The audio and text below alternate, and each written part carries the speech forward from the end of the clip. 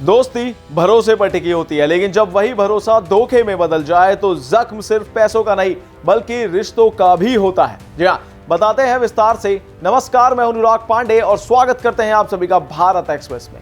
दरअसल चीन के शंघाई शहर से एक ऐसा ही चौंकाने वाला मामला सामने आया है, जहां एक शख्स ने अपने सबसे करीबी दोस्तों के साथ करोड़ों की ठगी कर दी है।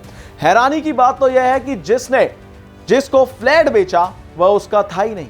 आरोपी का नाम सन बताया गया है। कभी वह 2 दुकानों का मालिक था, लेकिन कारोबार ठप होने के बाद उसकी आर्थिक स्थिति खराब हो गई। वह पहले भी धोखाधड़ी के एक मामले में जेल जा चुका था। साल 2017 में जेल से बाहर आने के बाद उसके पुराने दोस्त एक मैरिड कपल ने उसकी खूब मदद की। जी हाँ, आपको बता दें कि दंपत्ति खुद प्रवासी मजदूर था और सीमित कमाई में अपना जीवन चला रहा था।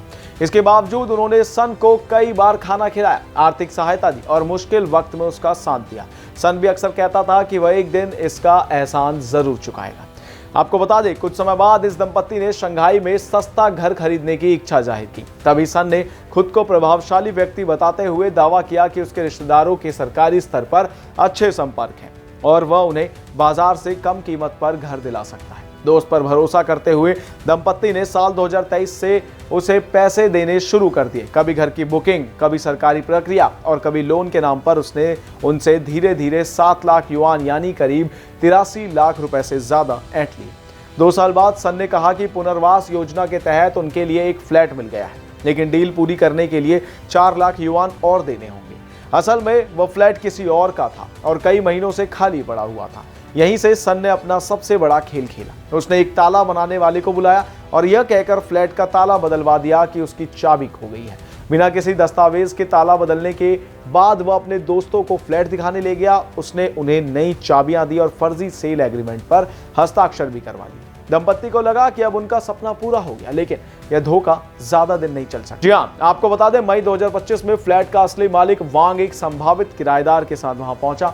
जब उसकी चाबी से दरवाजा नहीं खुला तो उसे शक हुआ। जांच करने पर पता चला कि फ्लैट का ताला बदला जा चुका है। पुलिस जांच में सीसीटीवी फुटेज सामने आए और पूरा राज खुल गया। सन को गिरफ्तार कर लिया गया। पूछताछ में उसने कबूल किया कि उसने दोस्तों से लिए गए ज्यादातर पैसे पुराने कर्ज चुकाने और अपने खर्च में उड़ा दिए हैं। हाल ही में स्थानीय अदालत ने सन को धोखाधड़ी और दोषी मानते हुए 10 साल 3 महीने की जेल और करीब 12 लाख रुपए के जुर्माने की सजा सुनाई है। यह मामला एक बड़ा सबक भी देता है।